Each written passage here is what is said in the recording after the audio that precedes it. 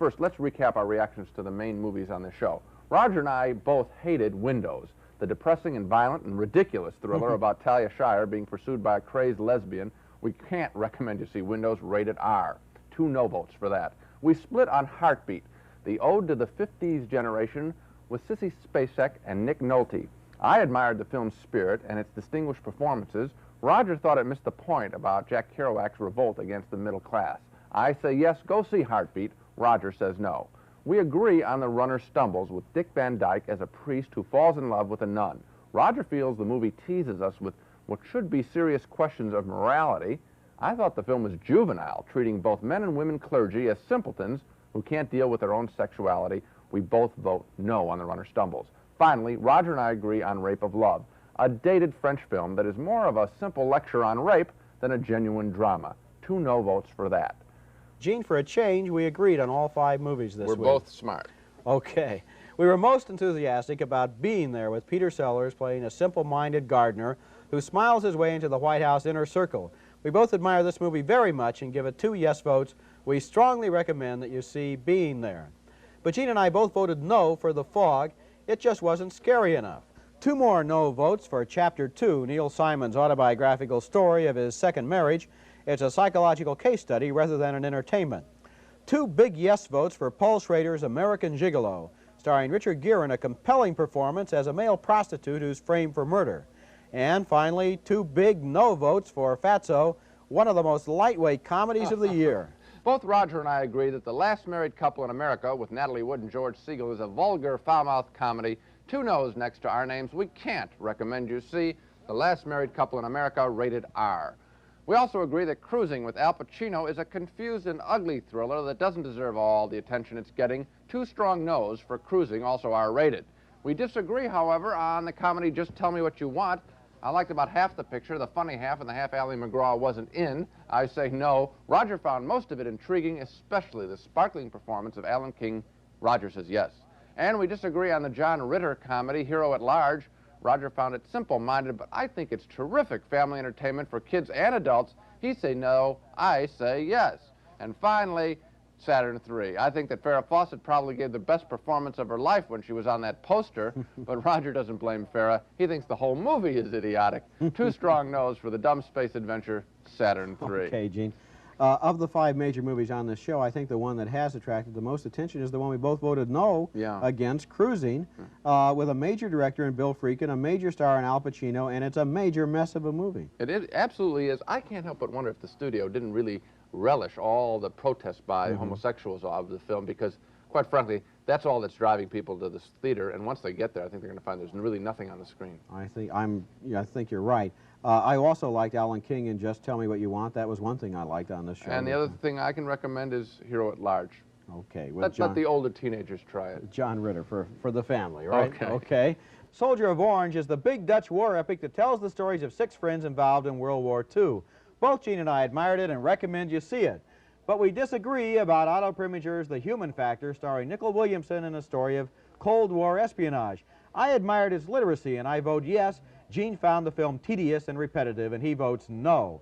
2 big yes votes, though, for Coal Miner's Daughter, starring Sissy Spacek in the life story of country music star Loretta Lynn. We both like the warm human feeling Sissy Spacek brings to the title role, and in fact, Gene thinks it's going to be one of the year's best films. And finally, 2 no votes for the Europeans, a stylish film adaptation of the Henry James novel that's just too lifeless to really involve us. So what we're really saying on this show, a very strong recommendation for Coal Miner's Daughter, a marginal recommendation for Soldier of Orange. We agree on 4 out of the 5. The only one we disagree on is Little Miss Marker. Roger liked it and says, yes, go see it. It's corny, old-fashioned fun. I say no, primarily because of Julie Andrews. She's just awful in this badly directed film. We think Simon, Marshall Brickman's first film, could have really used Woody Allen in front of and behind the camera, so 2 no's for Simon. As for Little Darlings, we both think it was trivial and shallow. Instead of seriously dealing with teenage sex, we get food fights. 2 no's for Little Darlings. Our favorite film on the show is The Black Stallion, the superb story of a boy and a magical horse. The Black Stallion is really the film to see this week. And we agree that Hide in Plain Sight is not very thrilling, with a weak performance by James Caan, who also directed the film. 2 no's for that. Okay, Gene, so summing up, the one movie on this show we really stand behind is The Black Stallion, which is great, terrific entertainment for the whole family, including the adults in the family. Yes, and one more thing. It's a lot better than Little Miss Marker. Consider that to be a very low blow. Nijinsky is the story of the great Russian ballet dancer, and Gene recommends that you see it. Yes. I voted no because I thought it was a better investigation of soap opera cliches than of ballet. We both voted no on Serial, the not very funny comedy about modern California lifestyles. Two big yes votes, though, for My Brilliant Career, starring Judy Davis as a spunky and charming Australian girl with an independent spirit. Foxes was the story of 4 young Los Angeles girls. I admired its scary portrait of a teenage subculture. Gene thought it was the standard good kids, bad parents movie. He votes no. He can't recommend that you see Foxes. And we both voted no on The Changeling, the new horror film starring George C. Scott that just wasn't very scary. So the one we agree on, My Brilliant Career. My Brilliant Career, right. Okay. We agreed on all 5 pictures, sort of rare for us. We both hate the deadly oil rig ransom movie, Folks, starring that tree trunk of an actor, Roger Moore. We both say no to Folks. And we're both disappointed by Bill Murray clowning it up as writer Hunter S. Thompson in Where the Buffalo Roam. We can't recommend you see it. Suzanne Summers and Donald Sutherland are ridiculous as a couple fighting for baby seals in Nothing Personal, a lackluster comedy that isn't even worthy of being played on TV. A double no for that, too. But we both like the 1960s college romance A Small Circle of Friends, with fine performances by Jameson Parker, Karen Allen, and Brad Davis. But we were disappointed by Fooling Around, a simple-minded college movie starring Gary Busey. He's a good actor who belongs in better films than this. So, one fairly good movie, A Small Circle of Friends, and 4 lousy ones. And that's it for this week. Both Gene and I love the high energy and high spirits in Bette Midler's concert film, Divine Madness. We both recommend you see it. That's why there's a yes next to both of our names. We had a split decision, though, on Willie and Phil. I liked its guided tour of recent lifestyles, but Gene thought it was patronizing and much too cute. 2 strong yes votes for The Great Santini, with its brilliant performance by Robert Duvall as a father whose emotions are trapped inside his military uniform. We strongly recommend this film. Another strong recommendation is for Robert Redford's Ordinary People, a compelling portrait of the tensions within a troubled suburban family. Finally, 2 no votes for Middle-Aged Crazy, which we both thought was okay as a comedy before it turned serious. So sort of a special week in films this week. 2 excellent films about families. 2 films that really, I think, may mark a return to more mature entertainment from Hollywood. And let's hope so, and I hope the public responds to it. I think this is a way of getting rid of some of these kiddie films. And those 2 films are Ordinary People and The Great Santini. And you know, Gene, I know there are people who watch television and they may never go to the movies or only go to a few movies. And they might think all movies are violent or they're for kids or they're stupid. Part of the time they're right. Yes. I think I could confidently recommend both of these films. 2 excellent pictures. Roger and I each give 2 no votes to Oh God, Book 2, a dismal comedy with George Burns and not much else. It's another rip-off sequel that doesn't come close to the original. 2 no votes means we can't recommend you see Oh God, Book 2. We also didn't like Somewhere in Time, the Christopher Reeve time travel romance. The first hour is pure torture as we wait for him to get back to 1912. 2 no's for that. The same for Coast to Coast, a dumb trucker movie with Diane Cannon screaming her head off for 2 hours. Roger liked her enthusiasm. I say, get that woman a muzzle. Also, a big disappointment. 2 no votes for the latest Woody Allen film, Stardust Memories. Unfortunately, it's a trivial commentary on the perils of being a celebrity or a fan. And 2 very strong no's for Marty Feldman's religious satire In God We Trust, in which Feldman takes on TV evangelists and loses. Well, so much for this week. And Roger, for the 2nd week in a row, we have agreed on all of the films. We both like John Cassavetes' boy in a gun mall story, Gloria. It's a minor film, but Jenna Roland's performance makes it work. Our yes votes next to our names means yes, we recommend you see Gloria. 2 strong no votes to Why Would I Lie, a smug, insipid drama about a jerk who can't help but tell lies. However, 2 strong yeses for the Goldie Hawn Army comedy, Private Benjamin, a thoroughly delightful film. But 2 no votes for Terror Train, an extremely bloody and predictable thriller. So I guess the thing we agree on most strongly is that Private Benjamin is a good movie and a good comedy after this long drought in the late summer and early autumn of lots of bad comedies. The other thing that you mentioned, which I thought was interesting, is you identified a disease that some movies have, the idiot plot. Why don't you go through that again? Oh, the idiot plot is very simple, Gene. Everybody in the movie is an idiot. Nobody in the movie does the obvious thing that everybody in the audience would be smart enough to do, and if they did, the movie would be over. So they insult our intelligence. That's the thing that's frustrating about those pictures. Very frustrating. Roger and I disagreed 4 times out of 5 this week. We have a minor disagreement on Hopscotch, the Walter Matthau, Glenda Jackson CIA comedy. Roger likes the film, and especially Walter Matthau. He recommends you go see it. I say no because of the annoying character that Glenda Jackson plays. A big disagreement on It's My Turn, the Jill Clayburgh romantic drama. Roger says no, claiming it's one of the year's biggest disappointments. I say yes. I cared about Clayburgh's character and her problems. She captivated me. We agree on Loving Couples, a dumb comedy about 2 extramarital affairs. 2 no votes for that. We're back to disagreeing on The Elephant Man. Roger thought the film was badly confused in its motives. I found a terribly sad story about society's outcasts and the way people shut themselves off from other people. Finally, we disagree on Motel Hell, the comic horror film. Roger found it funny. He says yes. I thought it was more stupid than funny. I say no. So 4 disagreements out of 5, but I think of the 5 movies on the show, the one that, even though I didn't like it, I think is probably the most worthy is The Elephant Man. No, we absolutely agree on that. That's the one to see. Okay. Roger and I both hated The Awakening, the dumb Charlton Heston mummy movie. It's positively one of the year's worst. The no next to our name means we cannot recommend you see The Awakening. Roger and I both liked One Trick Pony, the Paul Simon musical drama. It had some lively comments on marriage and the music business. 2 yeses for One Trick Pony.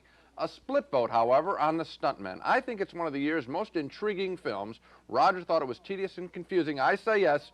Roger vote no, but he says he'll see it again. And finally, we agree on The First Deadly Sin, the first new feature film from Frank Sinatra in 10 years. He's wonderful in this thriller, but Faye Dunaway is totally wasted. Nevertheless, we both recommend you see The First Deadly Sin. So what do we have on this show? I think we have some surprises. First of all, the surprise that Frank Sinatra is so good in The First Deadly Sin. And then, secondly, I was surprised by One Trick Pony. It was a lot more intelligent. I was too, and I was also surprised and delighted with the film that I'm arguing for, The Stuntman. I think it's worth taking a look at. Were you surprised by The Awakening? No, Heston has not been making good movies, so I wasn't surprised. Okay. I liked Fade to Black, the story of a movie buff turned into a maniac. I thought it was a stylish and creepy thriller, and I recommend that you see it, but Gene votes no. He says it begins well enough, but it degenerates into a standard bloodbath.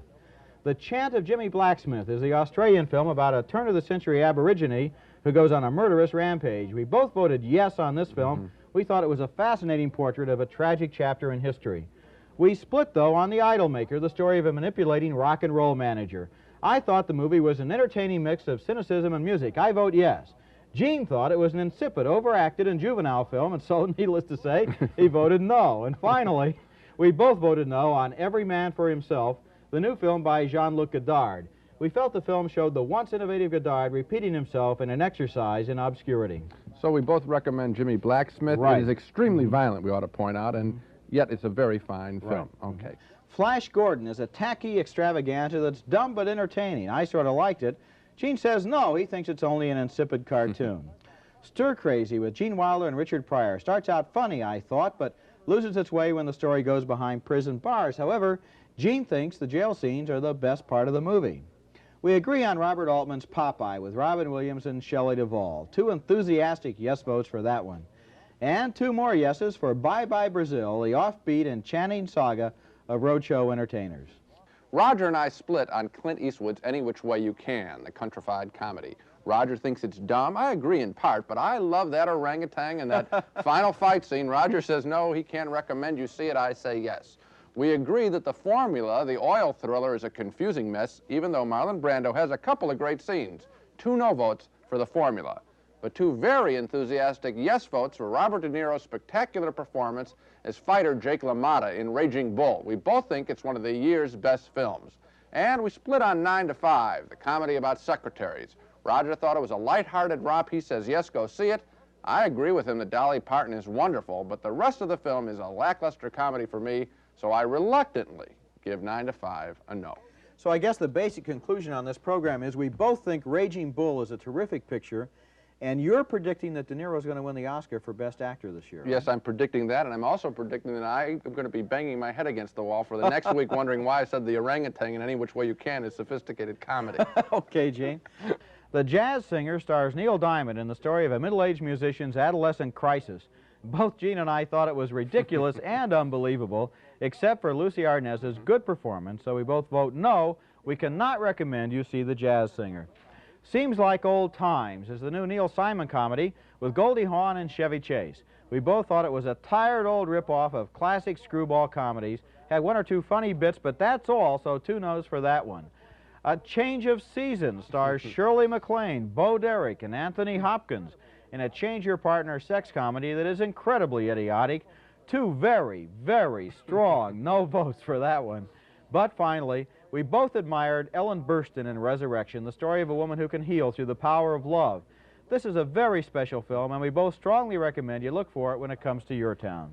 Well, it seems to me the worst movie of the holiday season has to be... A Change of Seasons, right? That's the one that I think is really awful. Change of Seasons. At least the jazz singer had Lucy Arnaz. Now, we've knocked a lot of holiday pictures. People still want to go to see films this time. What can we recommend? I think our top recommendation is for Raging Bull, the fighter movie. Jake LaMotta, played by Robert De Niro. A terrific performance by Robert De Niro. A lot of people have been objecting to this film, objecting to the violence in it, and all I can tell you is that's what the movie's about. It's about violence. How does it occur? From a city character, that's the only way he can express himself. I agree with Raging Bull. It's a good picture. I think there's a good chance that Robert De Niro will win an Academy Award. Another picture I recommend for the holiday season is Robert Altman's Popeye, with 2 great performances. Robin Williams as Popeye, and Shelley Duvall was born to play Olive Oyl. It's awfully good, I think, but we're sort of alone as critics. Maybe it's too surprising because it's sort of an adult Popeye rather than just a kiddie show. A film that I like for the holiday season, Any Which Way You Can, with Clint Eastwood and that wild orangutan named Clyde. We were talking earlier about a screwball comedy, and Seems Like Old Times wasn't it. This may be the screwball comedy for the holiday season. We disagreed on that, and I still don't think it was a very good movie, but I think back with increasing affection upon Clyde. Another Christmas movie that I liked was 9 to 5, the screwball comedy about 3 secretaries battling it out with their male chauvinist pig boss. And the reason I liked it, because it was a very uneven movie, was because of the movie debut of Dolly Parton. I think she's going to be a major star. She is wonderful in the film. If you go see it, that's, I think, what people will enjoy. And right now, the #1 best-selling holiday picture is in the country, Stir Crazy, with Gene Wilder and Richard Pryor in prison, and they don't want to be there. I liked Richard Pryor's performance in this film. I think that's why it's getting such big attention at the box office. I think Pryor's hysterically funny in the film. I recommend it. I didn't like the second half. I can't recommend it, but on the other hand, there you go. There wasn't much this Christmas to see, so I guess the thing we're really on agreement on is Raging Bull. That's the one to see. Well, that's it for this week. Sort of a disappointing finish to 1980, the holiday season, which I guess is sort of appropriate because this has not been a good year for American movies. However, next week, after a lot of hunting and scratching, Roger and I have each picked our top 10 favorite films of 1980, and we'll have those choices and some arguments about them next week on Sneak Previews. Until then, see you at the movies.